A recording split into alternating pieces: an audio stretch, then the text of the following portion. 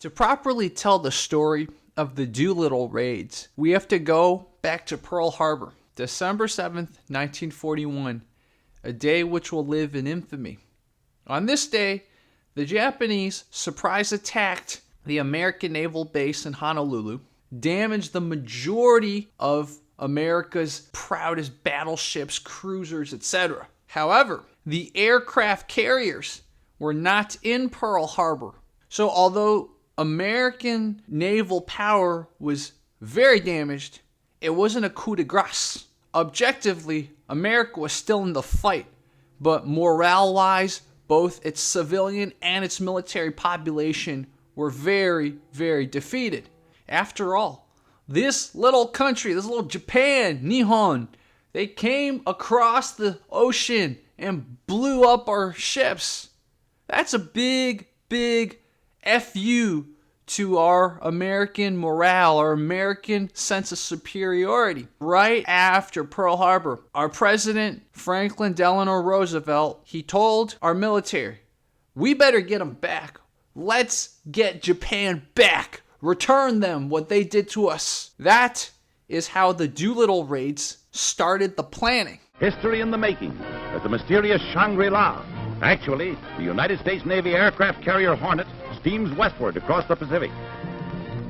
The protecting force of cruisers and destroyers, with the hard-hitting Admiral Halsey in command, slams into a gale, determined to reach a position 400 miles from Tokyo, unless intercepted by the enemy.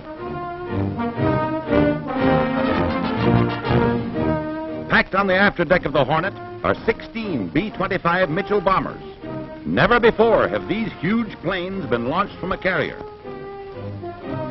High explosive and demolition bombs are made ready for the destruction of military objectives in Japan. Let's go over some of the details before the actual raid commenced. We know that FDR wanted to hit Japan back within a month of Pearl Harbor, so January of 1942, we started putting together a plan. The plan would consist of using one of our aircraft carriers that, thank goodness, wasn't destroyed in Pearl Harbor, and launching long-range bombers to attack major cities in Japan. Problem was, we didn't really have long-range bombers. Remember, guys, we're not attacking ships like what the Japanese did to us. We are attacking their cities. So we need a different set of bombs, and we need more bombs. So we didn't have bombers that could do that. At least bombers that traditionally came equipped with aircraft carriers. So after some planning, we realized we actually do have bombers that can reach Japan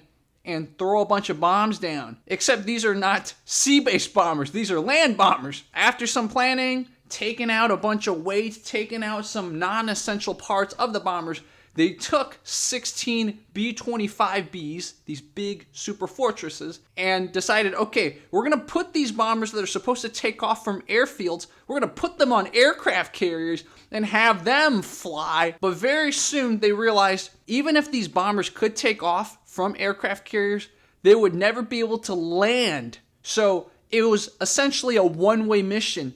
You would have to take off from an aircraft carrier, the USS Hornet, and then blow up those targets, those military, those industrial targets, and then you would have to fly somewhere else and land in an airfield. So after much debate, some people said, let's land in the USSR, but the USSR had a neutrality pact with Japan, so the USSR wouldn't allow it. Well, China's our ally.